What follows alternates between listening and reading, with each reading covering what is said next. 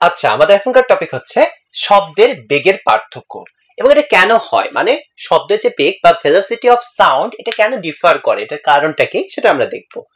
প্রথমত আমরা এখানে দেখব টেম্পারেচারের সাথে এটা সম্পর্ক কি। তো চলো শুরু করি। একটা সূত্র, তোমরা অ্যাকচুয়ালি এটা তোমাদের বইয়ে নাই বা ইন্টারমিডিয়েট লেভেলেও নাই, এটাকে আমাদের ল্যাপ্লাসের সূত্র, ল্যাপ্লাস ল বলা হয়। তোমরা একটু যদি চাও গুগল করে দেখতে পারো। সূত্রটা এরকম যে ল্যাপ্লাস ল এর ক্ষেত্রে এটা বলেছে যে বেগ v equal to root over gamma R T divided by rho, এরকম একটা সূত্র হয়। জাস্ট তোমরা শুনলা আর মনে রাখার দরকার নেই, বাদ দাও। সেই সূত্রটা থেকে আমরা অ্যাকচুয়ালি দেখেছি যে শব্দের বেগ এটা হচ্ছে তাপমাত্রার, দেখো কি, বর্গমূলের সাথে সমানুপাতিক। ঠিক আছে, অর্থাৎ শব্দের বেগটা তাপমাত্রার বর্গমূলের সাথে সমানুপাতিক। এবং মাথায় রাখতে হবে এক্ষেত্রে তাপমাত্রার একক হবে এসআই একক, মানে এটা অবশ্যই আমাদের কাউন্ট করতে হবে কেলভিন এককে। ঠিক আছে, ল্যাপ্লাস ল থেকে আসছে। তারপর তোমরা মনে করো না ভাই ল্যাপ্লাস ল লিখছি, ল্যাপ্লাস লটা হচ্ছে v equal to root over, আমি কি বললাম, গামা মোলার গ্যাস ধ্রুবক আর into temperature divided by rho বা ঘনত্ব, বাতাসের ঘনত্ব বা মিডিয়ামের ঘনত্ব। এগুলো তোমাদের দরকার নেই, বাদ দাও। সো আমরা মেইন সূত্র দেখলাম যে শব্দের বেগটা হচ্ছে তাপমাত্রার বর্গমূলের সমানুপাতিক। আমরা একটু একটা লাইন লিখতে পারি। তোমরা আমাকে একটা কথা বলো, ধরো y সমানুপাতিক x, তাহলে আমরা নেক্সট লাইন কি লিখতে পারি, y ইকুয়াল টু আমরা mx লিখে দিই, যেখানে m টাকে আমরা কনস্ট্যান্ট ধরি। অর্থাৎ সমানুপাতিক থেকে যদি আমরা ইকুয়াল আসতে চাই একটা কনস্ট্যান্ট নিয়ে আসা লাগে। তো এখানে কেসটা সেম হবে, আমরা বলতে পারি v সমান কি বলতো, ধ্রুবক ইনটু রুট টেম্পারেচার, তাই তো? সো আমরা জাস্ট একটু যদি ঘুরাই দিই তাহলে আমরা এভাবে লিখতে পারি v by root T equals to constant. আমরা একটা সূত্র বের করে ফেললাম তোমাদের ম্যাথ করার জন্য। এরপর আমরা একটা ম্যাথও দেখবো। সূত্রটা এরকম, দেখো তো কি, যদি এখানে থাকে ভাইয়া v1, নিচে হবে রুটের ভিতরে t1 ইকুয়াল, যেহেতু এটা কনস্ট্যান্ট অর্থাৎ এই ভ্যালুটা যেহেতু কনস্ট্যান্ট ধ্রুবক, এখানে আমরা v2 দিই, এখানে যদি রুট ওভার t2 দিই এই ভ্যালুটাও সেম থাকবে। এখানে আমরা v3 দিই, এখানে রুট ওভার t3 দিই, তাহলেও যেহেতু এটা কনস্ট্যান্ট এই ভ্যালুটাও সেম থাকবে। এরকম এটা চলতেই থাকবে। সেটা বসে বসে আমরা ম্যাথগুলো করে ফেলতে পারবো। এবং এই v সমানুপাতিক রুটটি দিয়ে অ্যাকচুয়ালি কি মিন করে, এটাতে অ্যাকচুয়ালি মিন করে এরকম, লাইক মনে করো t1 তাপমাত্রায় ধরো হচ্ছে শব্দের বেগ আছে v1, তাহলে t2 তাপমাত্রায় সেটা চেঞ্জ হয়ে যাবে v2। ব্যাপারটা এরকম, আমরা যদি ধরি যে 0 ডিগ্রি সেলসিয়াস তাপমাত্রায় বাতাসের শব্দের বেগ 332 মিটার পার সেকেন্ড, দেখবা 20 ডিগ্রি সেলসিয়াসের চেয়ে এই টেম্পারেচারটা অনেক বেড়ে গেছে, এই বেগটা অনেক বেড়ে গেছে। বাট তোমাদের বইয়ে ভাই এখানে একটা ঝামেলা করছে। আমি তো আমার প্রিভিয়াস লেকচারগুলোতে বলেছি যে 0 ডিগ্রি সেলসিয়াস তাপমাত্রায় বাতাসের শব্দের বেগ তারা 330 ধরে করছে, আবার কোনো একটা জায়গায় 328 ধরছে। সো এটা একটা সমস্যা, তোমরা তোমাদের রেসপেক্টেড টিচার্সদের জিজ্ঞেস করে নিও। আমরা অ্যাকচুয়ালি 332টাই ফলো করে এসেছি। আর মেইনলি কোশ্চেনে দিয়েও দিবে যদি এরকম কোনো প্রবলেমেটিক কোনো ইস্যু থাকে, তো টেনশনের কিছু নাই। আর আমরা এমনি মনে রাখতে পারি যে এয়ারের ক্ষেত্রে 0 ডিগ্রি সেলসিয়াস তাপমাত্রা এটা হচ্ছে 332 দিয়ে বলি, সমস্যা 332 মিটার পার সেকেন্ড। আর তোমাদের বইয়ে 330 দিয়ে কাজ চালাইছে, আমি তোমাদের একটু আগেই বললাম ব্যাপারটা। আর ওয়াটারের ক্ষেত্রে এটা হয় বিভিন্ন রকম হতে পারে, আমরা 1493 ধরি, তোমাদের বই এক জায়গায় 1481 বা 1490 এরকমও দিচ্ছে। আর আয়রন বা লোহার ক্ষেত্রে এই মানটি একটু ডিফার করে, এটা বিভিন্ন রকম হতে পারে। আমরা 5130 মিটার পার সেকেন্ড আপাতত ধরি, এটা 5200 হতে পারে। সো এই হচ্ছে আমাদের মোটামুটি ব্যাপার স্যাপার। সো চলো আমরা একটা ম্যাথে যাই। আচ্ছা চলো আমরা ম্যাথটা দেখি। কোশ্চেনটা কি, কোনো একটা জায়গায় গ্রীষ্মকালে তাপমাত্রা 40 ডিগ্রি সেলসিয়াস এবং শব্দের বেগ 355.5 মিটার পার সেকেন্ড। শীতকালে তাপমাত্রাটা কমে যায় এবং তাপমাত্রা হয়ে যায় 5 ডিগ্রি সেলসিয়াস, তবে তখন বাতাসের শব্দের বেগ কত হবে? কিভাবে করব এটা আমি তোমাদের দেখাচ্ছি। আগে কি কি দেওয়া আছে সেটা লিখে, যে হেয়ার আমাদের টেম্পারেচার দেওয়া আছে T1 equal to 40 degree Celsius, এটাকে কেলভিনে কনভার্ট করো, তাহলে 40 প্লাস 273।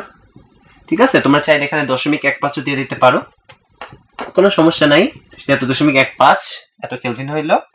আর T2 দেওয়া আছে আমাদের 5 ডিগ্রি সেলসিয়াস, তাহলে এখানে হবে বুঝতেই পারতেছো 5 প্লাস 273.15 কেলভিন।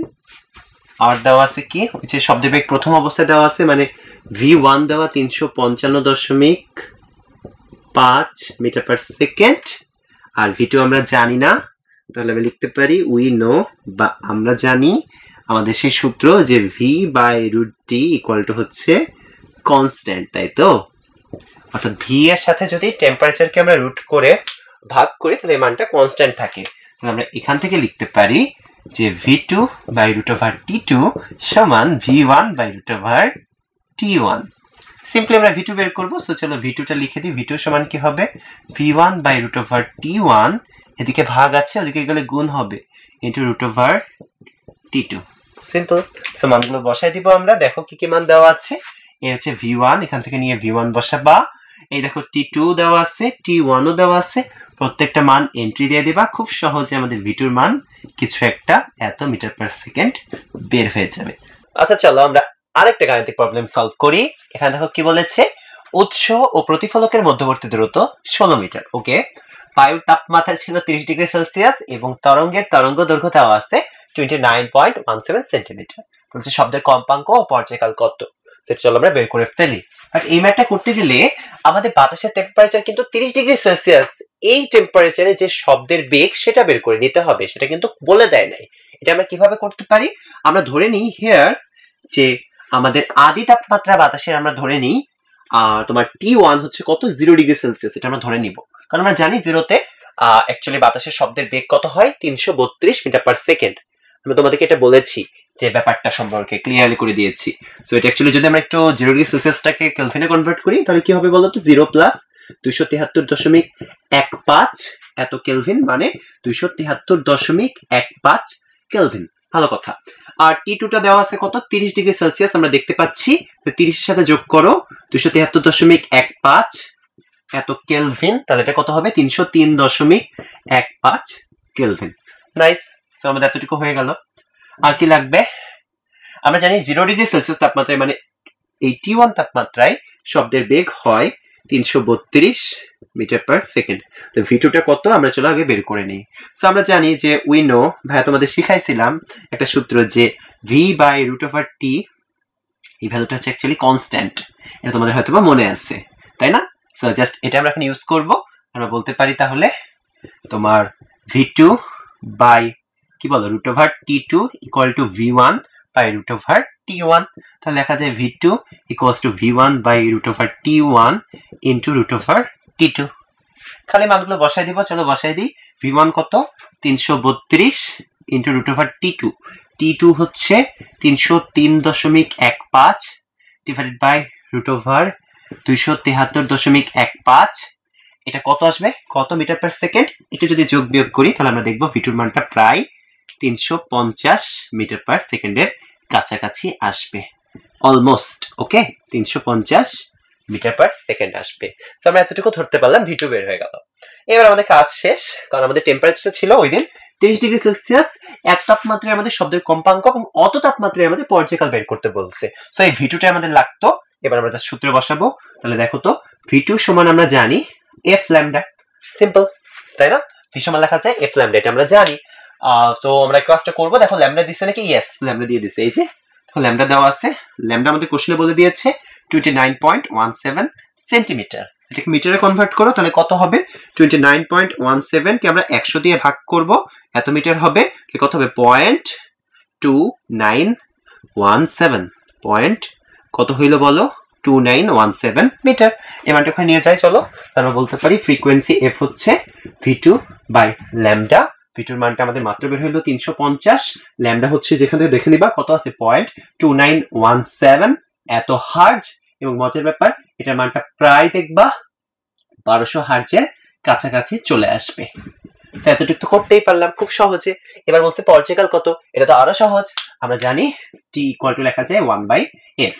তাহলে 1/f এর মান কত দেখো তো, এই যে 1200 বসাই দিবা, এত সেকেন্ড, এটার মান আসবে 8.33 ইন্টু 10⁻⁻4 সেকেন্ড। সো এটা আমাদের একটা অ্যান্সার, এটা একটা অ্যান্সার। এবং আমরা খুব সহজে এই ধরনের ম্যাথ আসলে করে ফেলতে পারবো। আর একটা কথা দেখো, এই ম্যাথটাতে এই যে প্রথম লাইনে যে বলে দিয়েছে যে উৎস এবং প্রতিফলকের মধ্যবর্তী দূরত্ব 16 মিটার, এটা অ্যাকচুয়ালি একটা কোনো ইউজ নাই আমাদের ম্যাথে। এটা একটা বাগ।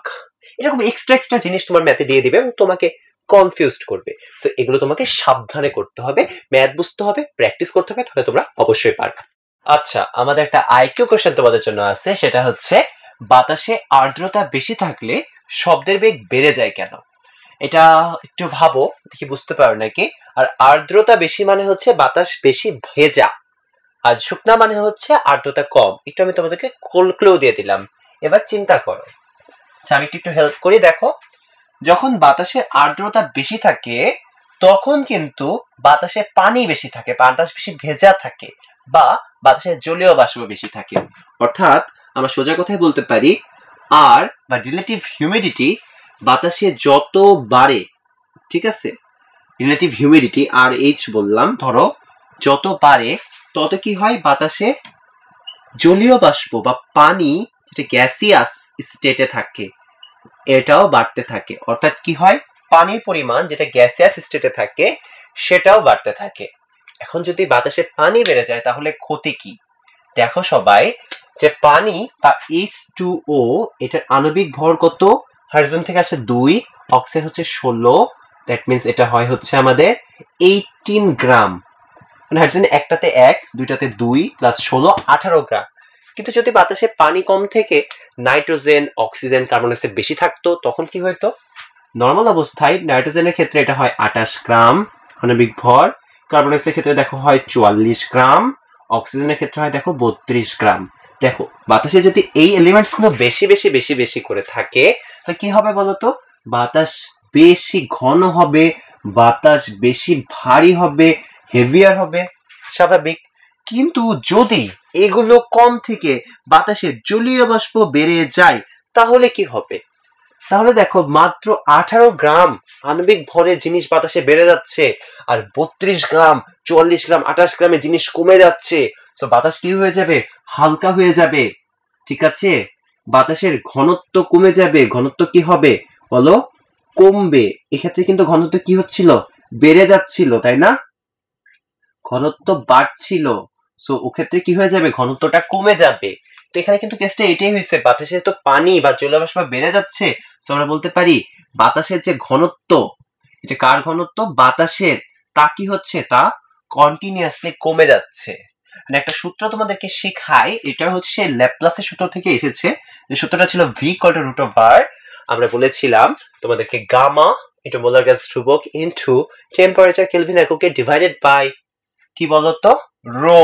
এই সেই রো, সেই সূত্র থেকে আসছে জিনিসটা এরকম যে v বা শব্দের বেগ এটা সমানুপাতিক হচ্ছে 1/√ρ। দ্যাট মিন্স কি, বাতাসের ঘনত্ব যত বাড়ে শব্দের বেগ কি হয়? তত কমে। আর বাতাসের ঘনত্ব যত কমে শব্দের বেগ তত বাড়ে। এটা কিন্তু ব্যস্তানুপাতিক সম্পর্ক। দেখো, বাতাসে যখন পানি বেড়ে যাচ্ছে ওভারঅল কিন্তু বাতাসের ঘনত্ব কমে যাচ্ছে, দ্যাটস ওয়াই ডেফিনেটলি কি হবে? শব্দের বেগও বেড়ে যাবে। আর যদি উল্টা কেস হয়, অর্থাৎ ভাইস ভার্সা, মানে যদি বাতাসে ওই নাইট্রোজেন, অক্সিজেন, জলীয় বাষ্প এইসব নাইট্রোজেন, অক্সিজেন, কার্বন ডাইঅক্সাইড বেড়ে যায়, তাহলে বাতাসের ঘনত্ব কি হবে বলো? আমাদের ঘনত্ব বাড়তে থাকবে, তখন শব্দের বেগও কমতে থাকবে। তোমরা এখন একটা কনফিউজ হয়ে যাবে এটা ভেবে যে ভাইয়া আপনি তো পড়ানোর সময় বলছিলেন যে বাতাসের শব্দের বেগ 332 মিটার পার সেকেন্ড, পানিতে গেলে সেটা হয় আপনার 1490 এর মতো, আর লোহাতে গেলে 5000 এর বেশি। তবে বাতাসের ঘনত্ব তো কম হয় আমরা জানি, তার থেকে বেশি আপনার তরলের ঘনত্ব হয়, তার থেকে বেশি আপনার লোহা বা কঠিনের ঘনত্ব হয়। তাহলে সেই ক্ষেত্রের সাথে এই ক্ষেত্রটা কেমন জানি মিলতেছে না। ব্যাপারটা হচ্ছে ওই ক্ষেত্রে আমাদের মাধ্যম ছিল বা মিডিয়াম ছিল 3টা। কি কি ছিল? মিডিয়াম ছিল আলাদা আলাদা, ঠিক আছে? মিডিয়াম ছিল প্রত্যেকটা কি বলো? আলাদা আলাদা। এই কথাটা মাথায় ঢুকায় নাও, তাহলে আর ভুল হবে না। সেক্ষেত্রে মিডিয়াম ছিল আলাদা আলাদা। আর এই ক্ষেত্রে আমাদের মিডিয়ামটা হচ্ছে একটা নির্দিষ্ট মিডিয়াম, অর্থাৎ সার্টেন মিডিয়ামের জন্য আমরা চিন্তা করতেছি। যদি আমরা বাতাস নিয়ে চিন্তা করি তাহলে কি কম ঘনত্বের বাতাস আর বেশি ঘনত্বের বাতাসের ভিতরে। যদি আমরা পানি নিয়ে চিন্তা করি বা তরল নিয়ে চিন্তা করি তাহলে কম ঘনত্বের তরল আর বেশি ঘনত্বের তরলের ভিতরে। এই কথাটা আমাদের মাথায় রাখতে হবে। অর্থাৎ সার্টেন একটা মিডিয়ামের জন্য যদি ঘনত্ব বাড়ে ওই মিডিয়ামে, তখন কি হয়? বেগ কমে। আর যদি সার্টেন ওই মিডিয়ামের জন্য ঘনত্ব কমে তখন অ্যাকচুয়ালি বেগটা বাড়ে। আই থিঙ্ক এবার তোমরা বুঝতে পেরেছো। এজন্যই ভেজা বায়ুতে শব্দের যে বেগ সেটা শুষ্ক বায়ুতে শব্দের বেগের থেকে বেশি হয়। অর্থাৎ ভেজা বায়ুতে একটা শব্দ যদি 1 সেকেন্ডে বা 2 সেকেন্ডে ধরো 10 মিটার যায়, ধরো 2 সেকেন্ডে 10 মিটার গেল, তাহলে শুষ্ক বায়ুতে সেটা 2 সেকেন্ডে 10-এর কম, ধরো 5-6 মিটার হয়তোবা যাবে। That's it. আচ্ছা, এখন আমরা দেখবো application fields of sound wave, that means শব্দের ব্যবহার। সো চলো আমরা দেখি। প্রথমত সমুদ্রের গভীরতা নির্ণয় এটা ব্যবহার করা যায়। লাইক মনে করো সমুদ্রের গভীরতা মাপার জন্য আমাদের অ্যাকচুয়ালি একটা সিস্টেম ইউজ করতে হয় বা একটা ব্যবস্থা আমাদের ফলো করতে হয়, একটা যন্ত্র ব্যবহার করতে হয়। সেই যন্ত্রটা হচ্ছে সোনার, SONAR এই নামের একটা যন্ত্র ইউজ করা হয়। এটার মানে কি? এটার মানে হচ্ছে সাউন্ড নেভিগেশন অ্যান্ড র্যাঙ্কিং বা রেঞ্জিং, যাই বলো না কেন তোমাদের ব্যাপার। সো এটা দিয়ে আমরা খুব সহজে অ্যাকচুয়ালি কি করতে পারি, তোমার সমুদ্রের গভীরতা বা ওশেন ডেপথ আমরা বের করে ফেলতে পারি। এক্ষেত্রে কি করে, এক্ষেত্রে তোমার হচ্ছে মনে করো কোন এই যন্ত্রটা দিয়ে শব্দোত্তর শব্দ বা আল্ট্রাসাউন্ড শব্দ তোমার সমুদ্রের গভীরে পাঠায়। এটা ধরো ওই যে সমুদ্রের তলদেশে বাড়ি খেয়ে আবার ফিরে আসে, দেন টাইমটা কাউন্ট করে অ্যাকচুয়ালি ওই যে 2s = VT সূত্রে বসে এস এর মানটা বের করে ফেলে। তারপর এটা কি দেখো, আল্ট্রাসাউন্ড ক্লিনার এখানে ইউজ করা হয়। তোমরা নামে শুনেই বুঝতে পারতেছো কি বলতো, আল্ট্রাসাউন্ড ওয়েভের। ঠিক আছে, এই ওয়েভ কি করে, এই ওয়েভ যায় ময়লার ভিতরে, কাপড়ে ময়লাতে যে কাপড়ের ময়লা ঢুসুম ঢুসুম করে কাপড়ের ময়লাকে একদম ক্লিন করে ফেলে, কারণ এটা অনেক পাওয়ার শব্দোত্তর তরঙ্গের শব্দ।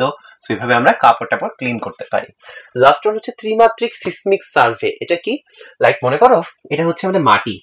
এই মাটির এখানে তুমি একটা মাইন পুতলা বা একটা বিস্ফোরণ করে না, তোমার মাইন পুঁতে রাখছো, তুমি এখানে সুইচ আছে, তুমি চাপ দিছো, এটা ঠাং করে ফেটে গেছে, অনেক বিকট একটা শব্দ হবে না?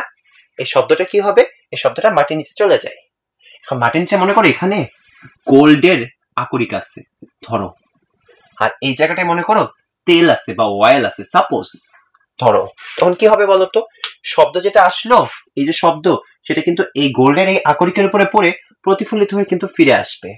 আবার শব্দ, কিছু শব্দ এই অয়েলের আকরিকে পড়বে, প্রতিফলিত হয়ে ফিরে আসবে। এখানে জিওফোন নামে একটা যন্ত্র ব্যবহার করা হয়, যার সাহায্যে কি করা হয়, এই তড়িৎ সংকেত পাঠানো হয় এবং তড়িৎ সংকেত ফিরে আসার সেক্ষেত্রে যে টাইম, সেটা চেক করে অ্যাকচুয়ালি দেখা হয়, টাইমটা ডিস্টেন্সটা দেখা হয়। সো এই টাইম দেখে, ডিস্টেন্স দেখে আমরা বুঝে ফেলতে পারি, টুয়াইস এস সমান ভিটি এই সূত্র ইউজ করে আমরা খুব সহজে বুঝে ফেলতে পারি যে কোন দূরত্বে কোন আকরিক আছে, সেটাকে লোহা আছে নাকি অয়েল আছে নাকি কি আছে নাকি গোল্ড আছে, সব বোঝা যায়। সো এটা হচ্ছে একটা ত্রিমাত্রিক সিসমিক সার্ভের একটা উদাহরণ।